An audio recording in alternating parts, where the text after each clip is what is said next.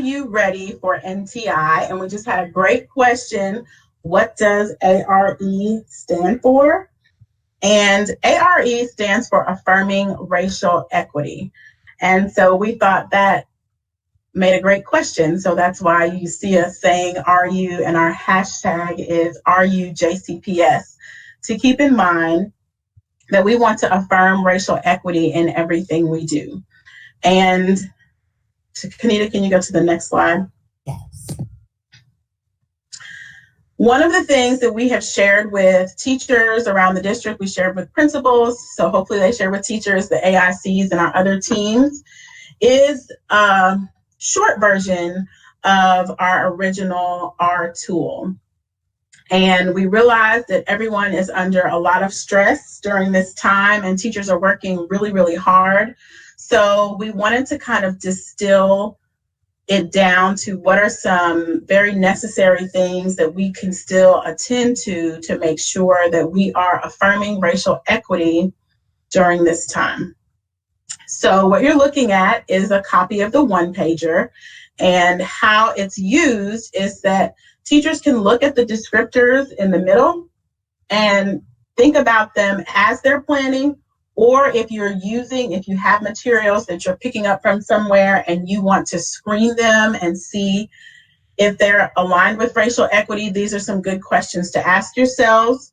So we want to make sure that we are having examples from a variety of cultural groups, that we're helping students understand bias, that we are intentionally planning lessons to foster intergroup relations, that we're modifying our strategies and resources to promote achievement, particularly from our underrepresented groups, and that we are recognizing the value of race and culture in our relationship building. And we know relationship building is more key than ever right now. So today's session, we'll be talking about that second one, knowledge construction, that's highlighted there for you. So we're looking more closely at, are you helping students understand bias through inquiry? And we can go to the next one. So this is our team. You can see our zones. They're in the chat. I am Katia Turner, and along with me is Kanita Ballard, and Lamanda, Rachel, and Avon are in the chat. So if you have questions as we're going along, if you need the one-pager, if it hasn't gotten to you, feel free to ask that in the chat box, and they will be there to help you out. Or if there's other things that you need us to stop, slow down, explain, please let us know in the chat box. Okay, today's objectives.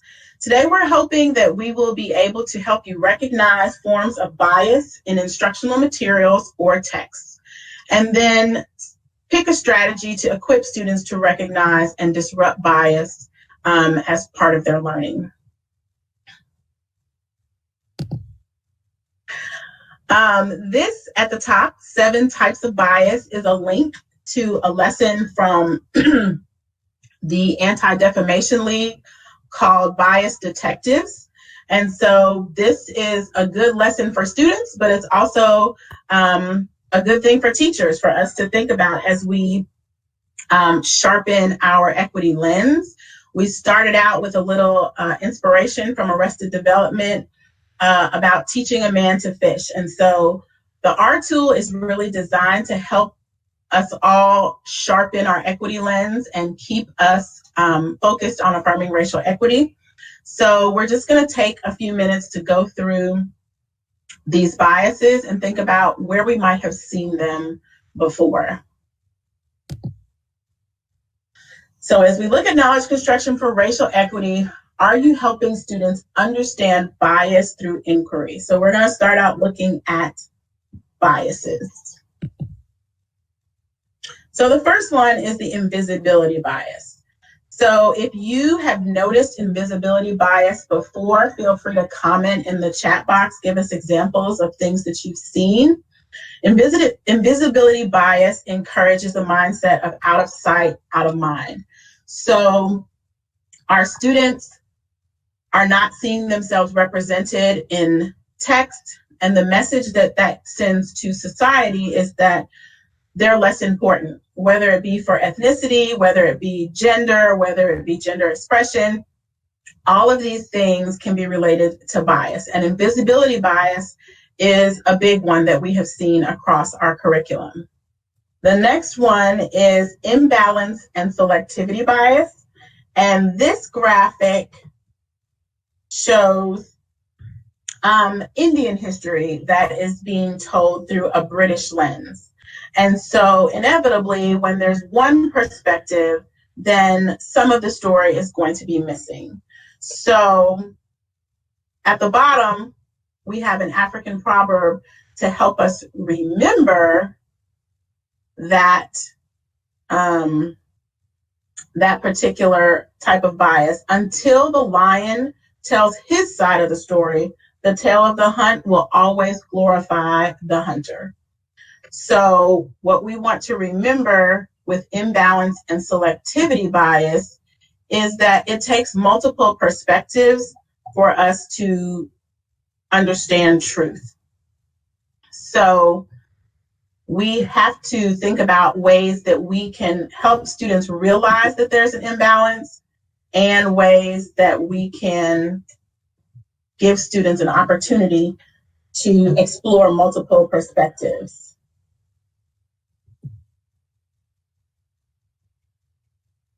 Okay. Next slide. So the next one is stereotyping bias. This is something that's very common. And this graphic is just showing us some stereotypes that I'm sure we have heard or seen before. Stereotyping is when a small characteristic may be magnified or over-exaggerated to minimize the whole person or the whole culture. And so we have to be careful of the types of comments that are made in text that are leading to stereotyping bias. I'm not sure how well you can see the graphic, but there are stereotypes that go along with all different types of ethnicities. And sometimes people view stereotypes as, oh, well, this could be a positive stereotype. But we want to remember that stereotyping is always harmful because it minimizes a person's ability to be an individual and just categorizes a cultural group. So we can go to our next slide. Our next slide is unreality bias. And here you see our rose-colored glasses when we just choose to go through life thinking that everything is fine. And the reason I love this image to remind us about what unreality bias looks like is because with the glasses on, you can't even tell that it's raining. And that's one of the things that we need to remember as we're working with students in different populations, that we want to be realistic about the isms that are affecting their lives, and we want to make sure that they're able to do the same thing. So when they're reading a text, a lot of times you'll see this kind of thing with slavery, when, we're like, but the slaves were happy, or, things like that, that kind of gloss over, or talking about the civil rights movement as if it's a thing of the past, like we marched on Washington and now everything is great for everyone and we don't have to think about that anymore. Those are examples of unreality bias. So the next one is fragmentation and isolation bias. And I have nicknamed this one #BTW bias. It's kind of that, by the way, it's not as egregious as perhaps stereotyping, and it's taking a step forward from complete invisibility. So we have gotten to the place where we recognize, hey, we didn't include everyone. So then we make a marginal effort to include other perspectives. And this is when you see the call out boxes or a special page that's dedicated, or something like celebrating Black history only during Black History Month. Those are examples of fragmentation and isolation bias. So it's another thing we want students to be on the lookout for. And this is an example out of a textbook of a call out box that is helping you to look at African Americans in science, and instead of including them as scientists as part of the entire study. So that's fragmentation and isolation bias. The next one is linguistic bias, and the main thing to remember here is that words count. I'm not sure how well you can see the screen, so I'm just gonna pick out some points from here. But for example, Native Americans being described as roaming and wandering versus white Americans being described as traveled or settled as they go westward gives the impression that the white Americans were more goal-oriented, that they had a plan, there was a purpose, and that the Native Americans lacked that purpose. So thinking about how words are used to depict people of different ethnicities are examples of language bias.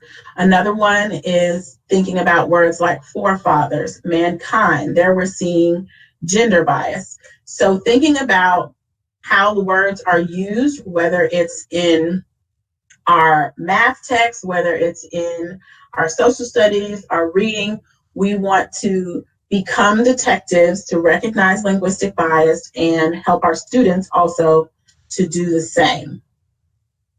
So that one is linguistic bias. And then this one is cosmetic bias. Here again, we are trying to do better than days gone by, and we recognize a need for diversity. And so we have some on the cover. Here we have different ethnicities represented on the cover of the text, but when you dig into the text, how are those ethnicities truly represented? Are their cultures authentically represented throughout the text as integral parts of the information being presented? Or is it kind of just the picture to the side to kind of give you that image without really truly being authentic to that culture? So this is another example of bias that you will find in instructional materials called cosmetic bias. So what does that mean for us as educators in this particular time in history? This is a graphic that we really think speaks to what we're going through now. We are all in the same storm. We are not all in the same boat. So we want to remember love before lessons, quality over quantity, and wise feedback over assessment. As you can see, depending on the boat you're in, it's really going to determine what your experience is like. And we have students on all levels of this experience, and we have students without boats at all, who are really struggling just to stay alive during this time. This could be related to our level of privilege. This could also be related to trauma. And so we really have to take time with our students right now and our families to get to know individually what each one of them is going through. And we also want to balance that with being able to provide quality education during this time. We know that the gap is going to probably be wider because of issues of access and just dealing with everything that's going on. So as educators, what can we do to give our students opportunities to think to grow cognitively, and to be engaged over this time.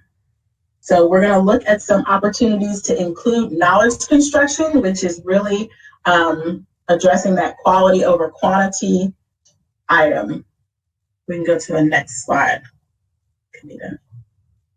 Okay, so when we think about how we can include knowledge construction for racial equity, these are some points to remember. Knowledge construction explores differences rather than pretending everyone is the same. Knowledge construction centers the perspectives of people of color and questions traditional perspectives. And you see that word question come up again. When we're using knowledge construction, we want students to question. We want to think on their own and to analyze the information that's being given to them. And so finally, when we're promoting knowledge construction, we have students that investigate, research, compare, synthesize, evaluate, and create. Next slide. Okay, so that was a lot. And it sounds like so much is going on, but it does not have to be difficult. So knowledge construction can be leveraged through questions. And so when we're thinking about the types of questions that we're having students answer, we already know we're having students answer questions. So how can we tweak those questions to also get them to recognize bias and to think about the world around them? So these are some snips from different anchor charts that I have seen. The first one, questions to ask. Whose story is this? What bias does the author reveal? Now, that one means that we have to have put the word bias in students' vocabularies. And if that's not something that we've done already, then we want to be thinking about how we can include that. Whose side of the story is missing? Why? What does the author hope for? And these are the kind of questions that will cause students to think outside the box, that will help them to understand that knowledge is shaped by our society. And so understanding what they believe is true is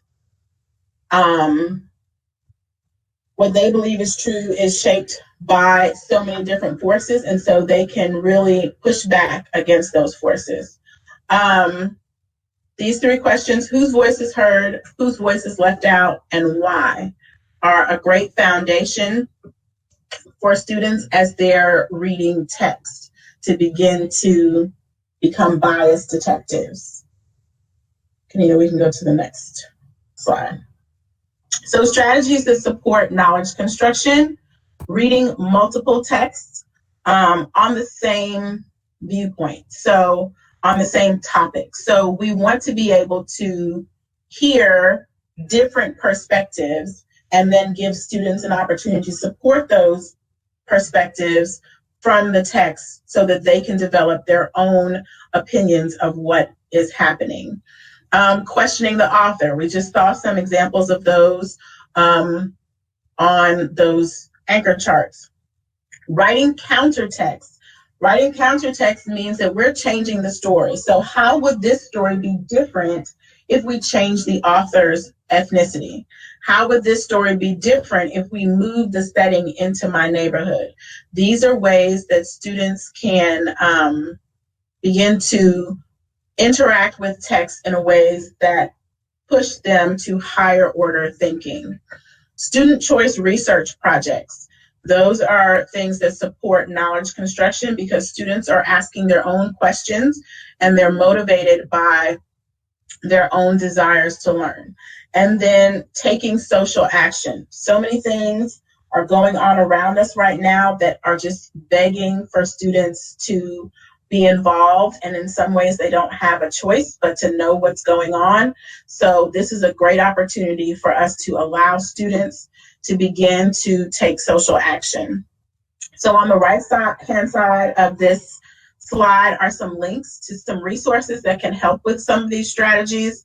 The first teaching tolerance. One is student text. So there are different grade levels, so you can search those and see what topics you're teaching and how you can provide multiple perspectives by having students read multiple texts. The second one has to do with student tasks, and that's about how students are writing and looking for different perspectives. The next two are more about student choice and research projects. They're resources that have become available recently since COVID-19 that will help us give students who have access opportunities to do those kinds of research projects. And then the last one is a kid's guide to social action. So that can give, those are lessons that are in there and different projects that are already laid out for you. So teachers can use this as a resource to think about how they're planning their own PBLs in the upcoming weeks. And we can go to the next slide, Kanita. So here are some more examples for maybe more middle and high school. We've talked a lot about questions related to knowledge construction, and I hope that's something that we can hold on to and remember that using questions is a simple way to get students thinking and to bump up the rigor. This is a giant list of really good essential questions, and some of them are listed here. What is oppression and what are the root causes? So we can see how that could support racial equity, that sort of investigation. How are prejudice and bias created? How do we overcome them? And if you go into this, if you click this image, it takes you to the website. There's lots more questions and they are put into different categories. So there's a whole section for social justice. There's some around culture and values. So those are good ways to get students' minds moving in the right direction. And I want to say I attended a virtual PD maybe last week about teachers creating choice boards based on questions, supporting questions and essential questions. And I think that would be a great tie-in to how we can support racial equity through knowledge construction. So thinking about how we're getting perspective. The next one, Disrupt Text, is a kind of a blog where educators have seen different texts in the canon and they're talking about how they see bias in those texts. Kanita, can you click on that one for me?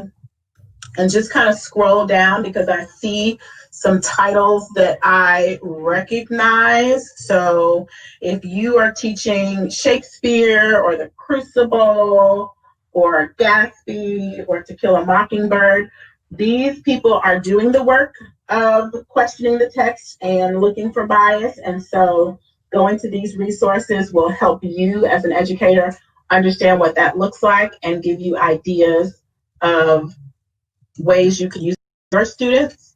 Thank you, Kanita. We can go back to, and then this last one, the marginal syllabus.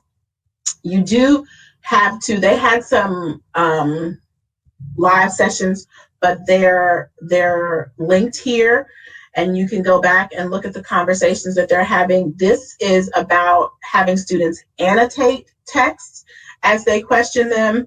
And they also have a community, so you can join. It's a free membership. You know, teachers love to get free memberships, so that you can be a part of that community as you're looking for ways to help your students to grow cognitively. We have to be realistic about the times that we're in and know that we're not going to see the same type of testing, but also to think about this is an exciting time to see how we can change education, how we can be more true to what we want students to know and be able to do. So we have these resources out there for you. If you have questions for us, feel free to reach out to us. Kanita, can you go to the next, go like to the end, I think. There we are. So here's our contact information, do feel free to reach out. We're listed there by zone, and we would be happy to help you use the R tool checklist for NTI to join a planning session or PLC.